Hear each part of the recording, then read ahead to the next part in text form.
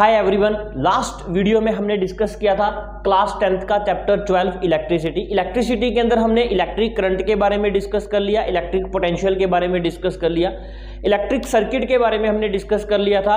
Electric circuit के अंदर जो करंट है वो पॉजिटिव टू नेगेटिव फ्लो करेगा, इसके बारे में हमने डिस्कस कर लिया था। मीन्स हमने अभी तक इस चैप्टर में इलेक्ट्रिक करंट के बारे में अच्छे से डिस्कस कर लिया, इलेक्ट्रिक पोटेंशियल के बारे में अच्छे से डिस्कस कर लिया। नेक्स्ट अब हम टॉपिक डिस्कस करेंगे ओम्स लॉ। ओम्स लॉ जो है ये भी काफी इंपॉर्टेंट टॉपिक माना जाता है 10th क्लास के अंदर, और ये हो सकता है कि आपको एग्जाम में 5 मार्क्स का, 3 मार्क्स का या 2 मार्क्स का मिल जाए। अब हम बात करते हैं ओम्स लॉ की। तो सबसे पहले आप ये सोच लीजिए कि जो ओम्स लॉ है ये काफी ज्यादा इंपॉर्टेंट टॉपिक है। नाउ ओम्स लॉ के बारे में हम क्या जानते हैं? ओम्स लॉ की कुछ कंडीशंस हैं, बड़ा ही सिंपल सा लॉ है।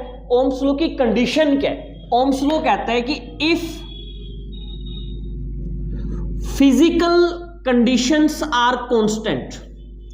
फिजिकल कंडीशंस मींस कि हमारे पास जो कंडक्टर है उसका मटेरियल, उसका टेम्परेचर एक्सेट्रा आर कांस्टेंट। अगर किसी कंडक्टर की फिजिकल कंडीशंस कांस्टेंट है, ना हम उसके मटेरियल में कोई चेंज कर रहे हैं, ना हम उसके टेम्परेचर में कोई चेंज कर रहे हैं, उस कंडीशन में इलेक्ट्रिक पोटेंशियल जो है वो ऑलवेज डायरेक्टली प्रोपोर्शनल होगा इलेक्ट्रिक करंट के। According to Ohm's law, if physical conditions of a conductors are constant, अगर फिजिकल कंडीशंस कांस्टेंट है, then electric potential is always directly proportional to electric current. Means simple language में बात करूं, जो voltage है वो हमेशा डायरेक्टली प्रोपोर्शनल होएगी करंट के। अगर हमारे सर्किट में वोल्टेज इंक्रीज होगी, करंट भी इंक्रीज होगा, वोल्टेज डिक्रीज होगी, करंट भी डिक्रीज होगा। सिंपल सा फंड है Ohm's law. If physical conditions are constant then always electric potential is directly proportional to electric current. Voltage बढ़ेगी, करंट बढ़ेगा, वोल्टेज घटेगी, करंट घटेगा, if physical conditions are constant. अब हमारे पास आ गया V डायरेक्टली प्रोपोर्शनल I। कभी भी हमें न्यूमेरिकल की वैल्यू को पुट करना है फॉर्मूले में, तो हमें ये प्रोपोर्शनल का साइन हटाना पड़ता है, और इस प्रोपोर्शनल के साइन की जगह पे एक कांस्टेंट को लगाया जाता है। तो यहां पर देखिए V is equal to I into R। ये जो R की वैल्यू हमने लगाई, ये R एक कांस्टेंट है जिसकी value conductor to conductor vary करेगी। Means V is equal to IR। अब हम यहां पर देखें कुछ कंडीशंस के बारे में। मींस वेयर जो I है, I हमें पता है, we all know about the I means electric current, V means electric potential, and last one is R is resistance constant. अब जब हम न्यूमेरिकल करेंगे, हमें जो ऐसा यूनिट मिलनी है वो क्या मिलेगी? हमें सभी को पता है लास्ट वीडियो के अकॉर्डिंग इलेक्ट्रिक करंट की जो ऐसा यूनिट है वो क्या है? एम्पियर। इलेक्ट्रिक पोटेंशियल की ऐसा यूनिट क्या है? Volt. And last one resistance की ऐसा यूनिट क्या है? ओम। इसका जो सिंबल है वो देखिए एक तरीके से इन्वर्टेड कैप अपने बोल सकते हैं, उल्टी टोपी। अब इलेक्ट्रिक करंट जो है वो इलेक्ट्रिक पोटेंशियल के डायरेक्टली प्रोपोर्शनल है, ये बात हमने डिस्कस करी ओम्स लॉ के अंदर। ओम्स लॉ बस इतना ही है। उसके बाद ओम्स लॉ के अंदर ग्राफ आ जाता है। ग्राफ अगर हम बनाएं, मींस एक साइड हम वोल्टेज ले रहे हैं, एक साइड आई ले रहे हैं। वोल्टेज बढ़ रही है, आई बढ़ रही है, वोल्टेज घट रही है, आई घट रही है, तो इसका जो ग्राफ है वो हमेशा एक स्ट्रेट लाइन आएगा। स्ट्रेट लाइन का मतलब किसी भी कंडक्टर के लिए V is equal to IR and V by I, voltage और करंट जो है वो ऑलवेज कांस्टेंट रहेंगे। V और I कभी वेरी नहीं होंगे। अगर फिजिकल कंडीशंस कांस्टेंट हैं, V बढ़ेगा, I बढ़ जाएगा, V घटेगा, I घट जाएगा। जितना इलेक्ट्रिक पोटेंशियल बढ़ेगा उतना ही करंट बढ़ेगा, जितना इलेक्ट्रिक पोटेंशियल रिड्यूस होगा उतना ही जो करंट है वो रिड्यूस होगा। ये जो हमने एक पैटर्न पूरा देखा, ये ओम्स लॉ के बारे में है, और यहां से फाइनल एग्जाम में क्वेश्चन आ जाए, न्यूमेरिकल बेस्ड आ जाए, या ये ओम्स लॉ को डिस्क्राइब करना आ जाए कंप्लीटली, ओम्स लॉ का ग्राफ आ जाए, तो ये आपके फ्री के 3 या 5 मार्क्स है। बहुत ही इजी ओम्स लॉ है कि if physical conditions are constant then always electric potential is always directly proportional to electric current. Means जो वोल्टेज है वो करंट के डायरेक्टली प्रोपोर्शनल है। वोल्टेज बढ़ेगी करंट बढ़ेगा, वोल्टेज घटेगी करंट भी घट जाएगा। ये जो हमने सारा सिस्टम डिस्कस किया ये है ऑल अबाउट ओम्स लॉ। तो ओम्स लॉ के बारे में हमने डिस्कस कर लिया। उसके बाद देखिए नेक्स्ट हमारे पास जो टॉपिक आता है वो रेजिस्टेंस। हम रेजिस्टेंस करने के बाद इसी वीडियो में नेक्स्ट डिस्कस करेंगे कुछ इलेक्ट्रिसिटी के क्वेश्चंस। अब देखिए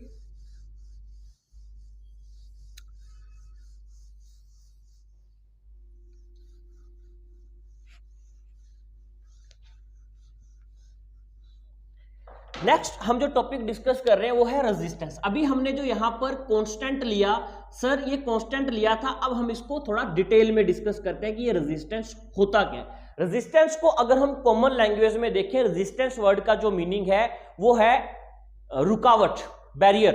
कभी भी जब किसी कंडक्टर में चार्ज फ्लो करेगा, उस चार्ज फ्लो में जो बैरियर क्रिएट होंगे, जो रुकावटें आएंगी, उन रुकावटों को हम बोलते हैं रेजिस्टेंस।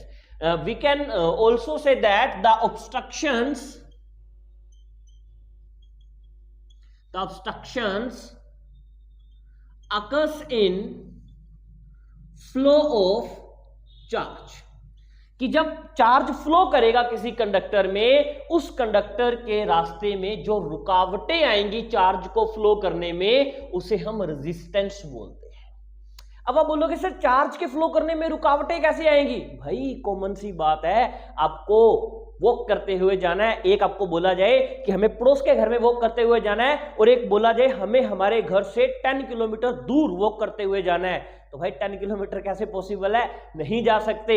हम बोलेंगे नहीं हमें तो कोई व्हीकल की जरूरत है। सेम यहां पर करंट की बात आएगी। एक छोटी लेंथ की वायर एक छोटे कंडक्टर में चार्ज ट्रेवल करेगा, वो बड़ा इजीली करेगा। वहीं अगर एक लॉन्ग डिस्टेंस वाला कंडक्टर दे दिया जाए, हमारी तो जी 20-50 फीट लंबी वायर है, उस वायर के अंदर करंट फ्लो कराना है, तो जब चार्ज फ्लो करेगा वो थक जाएगा, मींस उसमें रुकावटें आएंगी, वो इजीली फ्लो नहीं कर पाएगा। तो प्रॉब्लम। अगर हमारे पास मटेरियल अच्छी क्वालिटी का नहीं है, नॉर्मली हमारे घर में जो वायर फिटिंग होती है वो कॉपर की होती है, लेकिन हमने पैसे बचाने के चक्कर में एल्यूमिनियम की करवा ली, आयरन की करवा ली, या बिल्कुल ही एक बेकार मटेरियल की करवा ली। अब उस मटेरियल में चार्ज अच्छे से फ्लो हो ही नहीं सकता। अगर हम बोले कि what is the difference between a branded and non branded thing, एक ब्रांडेड की अलग ही रेपुटेशन होती है, एक डिफरेंस होता है, नॉन ब्रांडेड की अलग रेपुटेशन होती है, काफी ज्यादा डिफरेंस होता है ब्रांडेड एंड नॉन ब्रांडेड में। The same thing is apply here कि अगर हम एक गुड क्वालिटी का मटेरियल लेंगे, बेस्ट कंडक्टर लेंगे, लाइक सिल्वर लेंगे या कॉपर लेंगे, तो करंट इजीली फ्लो करेगा। वहीं अगर हम बैड क्वालिटी का मटेरियल लेंगे तो चार्ज को फ्लो करने में प्रॉब्लम्स आएंगी, तो वो क्या क्रिएट करेगा? रेजिस्टेंस क्रिएट करेगा। वहीं लेंथ के साथ साथ, मटेरियल के साथ साथ थर्ड नंबर पे जो मेन आता है वो आता है कि हम कौन से अप्लायंस के लिए वायर ले रहे हैं और उस वायर की मोटाई क्या है। हम बोले भाई एक पतली सी वायर लेते हैं, उस वायर पे एसी चला दें, how it is possible? AC को हाई वोल्टेज रिक्वायर्ड है, हाई करंट रिक्वायर्ड है, तो हाई करंट के लिए एक मोटी वायर चाहिए होगी ना, जिसमें चार्ज आराम से जा सके।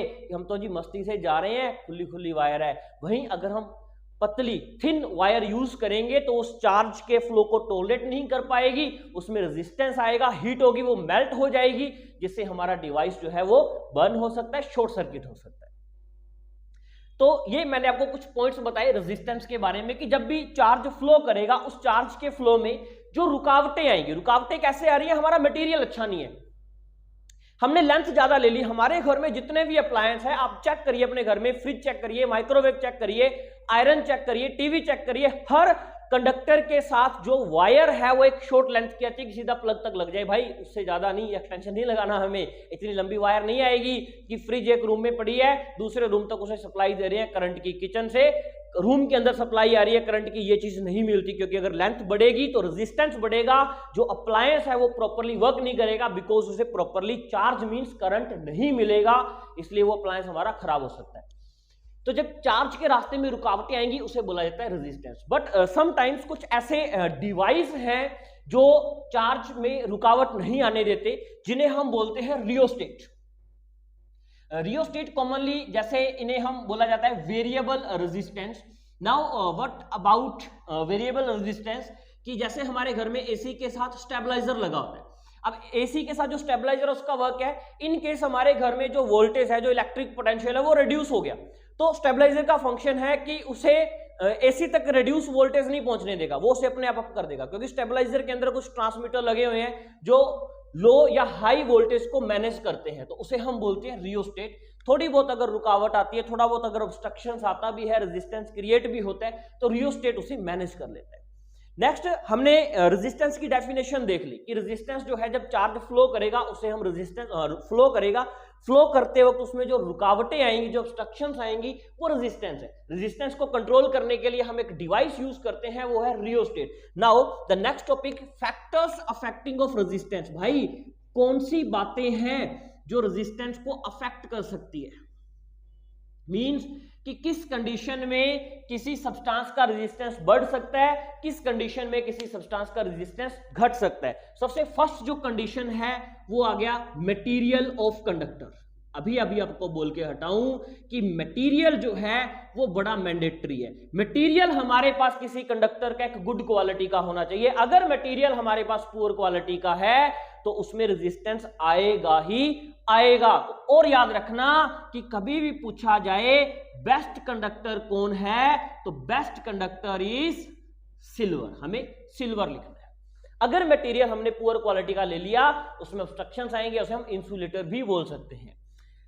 सेकंड नंबर वेरी करेगा लेंथ ऑफ कंडक्टर। अभी बोल के हटाऊं ना कि लंबाई, हमें 10 किलोमीटर पैदल जाना है, हम थक जाएंगे तो चार्ज भी थकेंगे।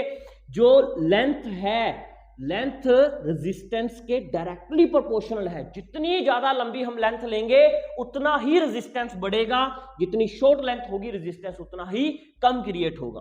थर्ड नंबर पे आ गया area of cross section. Area of cross section is also called the thickness of wire. Thickness means हमारी जो वायर है उसकी मोटाई कितनी है, कितनी मोटी हम वायर ले रहे हैं, ये हमें पता है कि अगर वायर मोटी होगी तो रेजिस्टेंस अपने आप कम हो जाएगा, चार्ज इजीली फ्लो करेगा। अगर वायर थिन लेंगे तो चार्ज को फ्लो करने में प्रॉब्लम ही प्रॉब्लम है, क्योंकि उसे एरिया नहीं मिल रहा फ्लो करने के लिए। तो जो एरिया है वो इनवर्सली प्रोपोर्शनल है रेजिस्टेंस के, कि अगर एरिया मतलब वायर की मोटाई ज्यादा होगी रेजिस्टेंस कम आएगा, वायर की मोटाई कम होगी रेजिस्टेंस ज्यादा आएगा। देखिए जो रेजिस्टेंस है वो मटेरियल पर डिपेंड करता है, लेंथ पर डिपेंड करता है, और क्रॉस सेक्शन एरिया पर डिपेंड करता है। अगर हम इन सब्सटेंसेस को दो रिएक्शंस जो हमने लिए इन्हें कंबाइन कर दें, means we can also say that from equation first and second, from equation first and second are directly proportional है किसके, एल के, इनवर्सली है किसके, ए के। अब यहां पर प्रोपोर्शनल का साइन आ गया, उसे रिमूव करने के लिए हमें कोई ना कोई कांस्टेंट वैल्यू लेनी पड़ती है, तो यहां पर हम कांस्टेंट वैल्यू लेंगे रो, एल बाई ए। तो ये एक फॉर्मूला आ गया रेजिस्टेंस का। तो रेजिस्टेंस जो है वो किसी भी कंडक्टर के लेंथ के डायरेक्टली प्रोपोर्शनल होगा, एरिया के इनवर्सली प्रोपोर्शनल होगा। उसके बाद देखिए where R is equal to क्या हो गया, रेजिस्टेंस। हमने अभी देखा है रेजिस्टेंस की एसआई यूनिट क्या हो जाएगी, ओम, उल्टी cap. Second number L, L is equal to क्या हो गया, लेंथ ऑफ कंडक्टर, कि हमारे पास जो कंडक्टर है उसकी लंबाई कितनी है, length always measured in metre. Last one area, cross section area, cross section area means wire की मोटाई, thickness, always measured in metre square. अगर हमें एरिया कैलकुलेट करना पड़े तो एग्जाम में क्वेश्चन में हमें एरिया पाई आर स्क्वायर से कैलकुलेट करना पड़ता है, बिकॉज जो वायर्स है वो हमेशा सर्कल के अंदर होती है। The area of circle is measured by pi r square. Last one is this is also called rho, RHO, rho. Rho means resistivity constant, resistivity constant, SI unit is ohm metre, SI unit is ohm metre, ohm metre. तो ये हमने जो बात discuss करी, ये सारी बातें थी रेजिस्टेंस के बारे में, कि किसी भी चार्ज के रास्ते में जो रुकावटें पैदा होती हैं उन रुकावटों को हम रेजिस्टेंस बोलते हैं। ये रेजिस्टेंस जो है ये डिपेंड करता है मटेरियल पर, सेकंड डिपेंड करता है लेंथ पर, थर्ड डिपेंड करता है क्रॉस सेक्शन एरिया पर। अगर हम इन सभी से कैलकुलेट करेंगे तो हमारे पास रेजिस्टेंस का ये फॉर्मूला जो है वो निकल के आता है, जिसे हम आगे डिस्कस करने वाले हैं। इसके ऊपर न्यूमेरिकल कैसे आते हैं उस चीज के बारे में। चलिए, ये हमने कुछ 4 टॉपिक्स जो है वो डिस्कस किए हैं। इसके बाद रिमेनिंग हमारे पास 3 टॉपिक्स बचते हैं, combination of resistors, power and joule's law heating. ये तीनों एक ही लेक्चर के अंदर हम इन्हें कवर करेंगे। बट आइए अब हम कुछ क्वेश्चंस जो है इलेक्ट्रिसिटी के वो डिस्कस करते हैं जो हमें एनसीईआरटी बुक में गिवन है।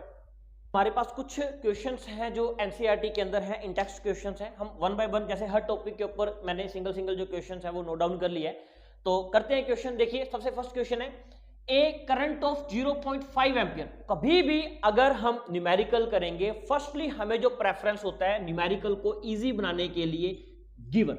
अब गिवन में देखिए, एक current of 0.5 ampere means I is equal to 0.5 ampere is drawn by a filament of an electric bulb for 10 minutes. 10 minutes means time, T is equal to 10, but this time is in minutes. But what is the SI unit of time? Time is always taken in the seconds, so we will convert that minute into second, then 600 seconds. उसके बाद find the amount of electric charge. हमें क्या calculate करना है? Electric charge that flows through the circuit. I T Q find करना है। हमें पता है I is equal to Q by T. Now हमें Q कैलकुलेट करना है। Q is equal to I into T. Now what is the amount of I? I is 0.5 and T is 600. So very simple. Q is equal to 0, 0, 5, 6 या 30. Point लगा हुआ है, देखिए point, तो Q is equal to 300 coulomb. तो ये हमारा answer आ गया। बड़ा इजी है। फर्स्टली हमारा जो काम है वो काम ये है कि हमें हर क्वेश्चन के अंदर, ये मेन थिंग है, अगर आप ये गिवन लिखते हो तो आपको, अगर क्वेश्चन नहीं आता एग्जाम में भी आपको गिवन लिखने का हाफ मार्क्स दिया जाएगा। तो हमें हर क्वेश्चन के अंदर वैल्यू क्या दे रखी है ये जरूर नोट डाउन करनी है। उसके बाद सेकंड क्वेश्चन आइए, what does the electric circuit means. अब इलेक्ट्रिक सर्किट का मीनिंग क्या है? Now how we can define the electric circuit. Electric circuit is a close path, means electric current always flow in a close path and this close path is called electric circuit. ये इसका meaning हो गया, definition. Define the unit of current. अब देखिए, I is equal to Q by T. मैंने आपको first day ये define कर दी थी। I कैसा यूनिट? A, Q की C, टाइम की second. 1 coulomb of charge flow for 1 second, now we can say 1 ampere of current. उसके बाद देखिए, ये क्वेश्चन एक नया आ गया, calculate the number of electrons constituting 1 coulomb of charge. ये क्वेश्चन इंपॉर्टेंट है, हमें नंबर ऑफ इलेक्ट्रॉन्स जो है वो कैलकुलेट करने हैं। अगर हमें नंबर ऑफ कैलकुलेट्स करने हैं तो उसका फॉर्मूला हमें याद रखना है, Q is equal to N E. Now here